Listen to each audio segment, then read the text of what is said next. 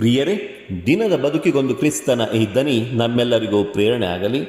ಪೂಜಾ ವಿಧಿಯ ಪಾಸ್ಕ ಕಾಲದ 2ನೇ ವಾರ, ಏಪ್ರಿಲ್ 16, 2026 ಗುರುವಾರ.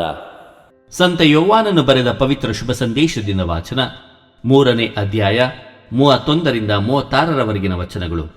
ಆ ಕಾಲದಲ್ಲಿ ಯೇಸು ತಮ್ಮ ಶಿಷ್ಯರಿಗೆ ಹೀಗೆಂದು ಹೇಳಿದರು: ಮೇಲಿಂದ ಬಂದವನೇ ಎಲ್ಲರಿಗಿಂತ ಮೇಲಾದವನು. ಇಹಲೋಕದಿಂದ ಬಂದವನಾದರೋ ಈ ಲೋಕಕ್ಕೆ ಸೇರಿದವನು. ಅವನು ಲೌಕಿಕವಾದುದನ್ನೇ ಹೇಳುವವನು.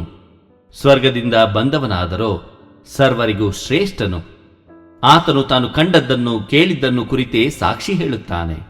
ಆದರೂ ಆತನ ಮಾತನ್ನು ಯಾರೂ ಅಂಗೀಕರಿಸುವುದಿಲ್ಲ.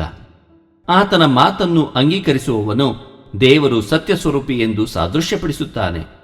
ದೇವರು ಕಳುಹಿಸಿದ ಆತನು ದೇವರ ಮಾತುಗಳನ್ನೇ ಆಡುತ್ತಾನೆ, ಏಕೆಂದರೆ ದೇವರು ಆತನಿಗೆ ಪವಿತ್ರಾತ್ಮ ಅವರನ್ನು ಪೂರ್ಣವಾಗಿ ಕೊಟ್ಟಿರುತ್ತಾರೆ. ಪಿತ ಪುತ್ರನನ್ನು ಪ್ರೀತಿಸಿ ಸರ್ವಸ್ವವನ್ನು ಆತನ ಕೈಗೆ ಕೊಟ್ಟಿದ್ದಾರೆ. ಪುತ್ರನಲ್ಲಿ ವಿಶ್ವಾಸವಿಟ್ಟವನು ನಿತ್ಯ ಜೀವವನ್ನು ಪಡೆದಿರ್ತಾನೆ. ಪುತ್ರನಿಗೆ ಶರಣಾಗದವನು ನಿತ್ಯ ಜೀವವನ್ನು ಸವಿಯನು. ಅವನು ದೇವರ ಕೋಪಾಗ್ನಿಗೆ ಗುರಿಯಾಗುತ್ತಾನೆ ಎಂದು ಉತ್ತರ ಕೊಟ್ಟರು.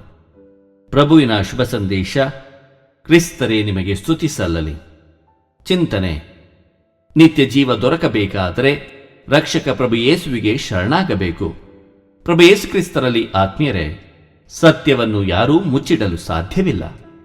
ಪ್ರೇಷಿತರು ಪುನರುತ್ಥಾನರಾದ ಕ್ರಿಸ್ತನ ಕುರಿತು ಬೋಧಿಸಬಾರದೆಂದು ಪ್ರಧಾನ ಯಾಜಕನು ಸದ್ದುಕಾಯರು ಅವರನ್ನು ಸೆರೆಮನೆಗೆ ತಳ್ಳಿದರು.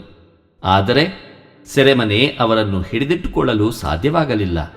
ಪ್ರೇಷಿತರು ಲೌಕಿಕ ಅಧಿಪತಿಗಳ ಕಟ್ಟುಪಾಡಿಗೆ ಅಳುಕದೆ ಸತ್ಯವನ್ನು ಬಿತ್ತರಿಸಲು ಉತ್ಸುಕರಾಗಿದ್ದರು, ಏಕೆಂದರೆ ಅದು ನಿತ್ಯ ಜೀವವನ್ನು ತರುವ ಸಂದೇಶವೆಂದು ಅವರಿಗೆ ತಿಳಿದಿತ್ತು.